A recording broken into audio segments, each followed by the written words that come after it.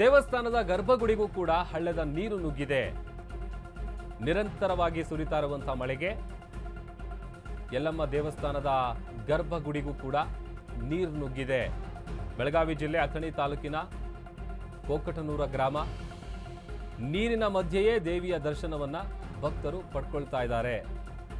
ಪ್ರತಿನಿತ್ಯ ನೂರಾರು ಸಂಖ್ಯೆಯಲ್ಲಿ ಭಕ್ತಾದಿಗಳು ಬರ್ತಾ ಇರ್ತಾರೆ ದೇವಸ್ಥಾನಕ್ಕೆ. ನಿರಂತರವಾಗಿ ಸುರಿತಾ ಇರುವಂತಹ ಮಳೆಯಿಂದಾಗಿ ದೇವಸ್ಥಾನದ ಗರ್ಭಗುಡಿಗೂ ಕೂಡ ಮಳೆಯ ನೀರು ನುಗ್ಗಿದೆ. ದೃಶ್ಯದಲ್ಲಿ ನಾವು ಗಮನಿಸ್ತಾ ಇದೀವಿ ನೋಡಿ, ದೇವಸ್ಥಾನದ ಗರ್ಭಗುಡಿಯಲ್ಲಿರುವಂತಹ ನೀರನ್ನು ಹೊರಗಡೆ ಹಾಕ್ತಾ ಇದ್ದಾರೆ. ಅದರ ಮಧ್ಯೆನೇ ಭಕ್ತಾದಿಗಳು ದೇವರ ದರ್ಶನವನ್ನು ಪಡ್ಕೊಳ್ತಾ ಇದ್ದಾರೆ. ಬೆಳಗಾವಿ ಜಿಲ್ಲೆಯ ಅಥಣಿ ತಾಲೂಕಿನ ಕೋಕಟನೂರು ಗ್ರಾಮ ಏನಿದೆ ಅಲ್ಲಿರುವಂಥ ದೇವಸ್ಥಾನ ಇದು, ಯಲ್ಲಮ್ಮ ದೇವಿ ದೇವಸ್ಥಾನ. ಮಳೆಯಿಂದಾಗಿ ಆ ಮಳೆಯ ನೀರು ಗರ್ಭಗುಡಿಗೆ ಹೋಗಿದೆ.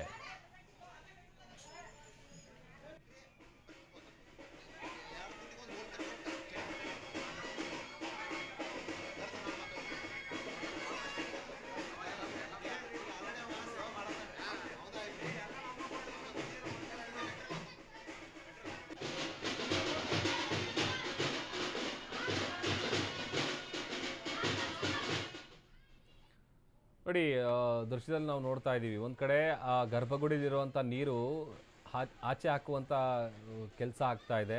ಅದರ ಜೊತೆಗೇನೆ ಅಲ್ಲಿ ಬಂದಿರುವಂಥ ಭಕ್ತಾದಿಗಳು ಆ ನೀರಿನಲ್ಲೇ ನಿಂತ್ಕೊಂಡು ದೇವರ ದರ್ಶನವನ್ನು ಪಡ್ಕೊಳ್ತಾ ಇದ್ದಾರೆ. ಮಂಡಿವರೆಗೂ ಕೂಡ ನೀರು ನಿಂತಿದೆ. ಒಳಗಡೆ ಗರ್ಭಗುಡಿಯಲ್ಲಿ ಏನು ದೇವರ ಮೂರ್ತಿ ಇದೆ ಅದು ಕೂಡ ನೀರಿನಲ್ಲಿ ಮುಳುಗಡೆ ಆಗಿದೆ. ಆಮೇಲೆ ಮಳೆ ಬಂದಂಥ ಸಂದರ್ಭದಲ್ಲಿ ಹಳ್ಳದ ನೀರೇನಿದೆ ಆ ನೀರು ಆ ಗರ್ಭಗುಡಿಯ ಸುತ್ತಮುತ್ತ ಕೂಡ ನಿಂತಿದೆ. ಇನ್ನು ರಾತ್ರಿ ಇಡೀ ಸುರಿದಂತಹ ಭಾರಿ ಮಳೆಗೆ ಮನೆಯ ಮೇಲ್ಛಾವಣಿ ಕುಸಿದಿರುವಂತಹ ಘಟನೆ ನಡೆದಿದೆ.